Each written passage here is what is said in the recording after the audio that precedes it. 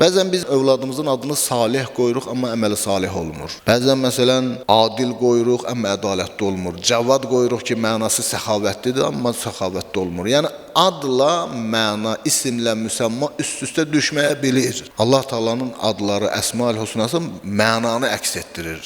Bu tamam fərqlidir. Eləcə də xanım Zəhra salamullahi aleyhanın adları, ümumiyyətlə Əymi Ətharın, Peyğəmbər və Əhl-i Beytin adları onlarda olan mənanı əks etdirir. İsimlə müsəmma eyniyyət təşkil edir. İsimlə müsəmma mütabiqdir bir-birinə.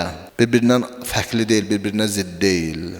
Xanım Zəhra salamullahi aleyhanın adlarından ən məşhuru Fatimədir. İmam Rıza əleyhissalam atalarından, ta Əli ibn Əbi Talibdən, ta Həzrət Rəsullahdan bu hədisi nəql edir ki, Allah Rəsulu buyurdu ki, ey Fatimə, bilirsən niyə sən Fatimə adlanıbsan? Deyir, Əmir Əl-Mömin əleyhissalam orduydu. Əli əleyhissalam dedi ki, ya Rasulallah, niyə Fatimə adlanıb? Peyğəmbər buyurdu ki, çünki o və onu sevənlər cəhənnəm odundan uzaqlaşdırılıbdır. Fatimə mənasından biri uzaqlaşdırmaq, kənarlaşdırılmaq. Ki, xanım Zəhra və onu sevənlər cəhənnəm atəşindən uzaqdılar. Bir məna budur. Hətta bəzi hədislərimizdə də var ki, xanım Zəhra salamullahi aleyhanın mehri nə idi?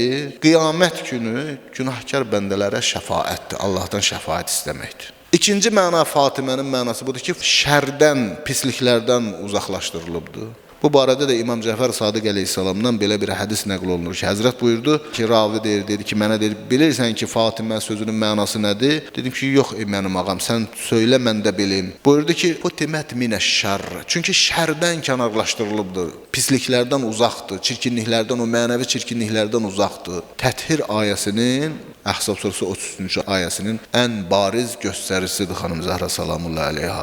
Ravi deyir, sonra o Həzrət bu sözü dedi. Dedi ki, əgər yer üzərində Əmir Əl-Möminin Əli ibn Əbi Talib əleyhissalam olmasaydı, Adəmdən bu yana Fatiməyə tay bərabər tutulacaq bir kişi tapılmazdı, bir kişi olmaz. Yəni paklıqda, ucalıqda bu qədər yüksəklikdə, bu qədər kamillikdədir. Fatimə sözünün üçüncü mənası da budur ki, insanlar onu tanımaqdan uzaqdılar.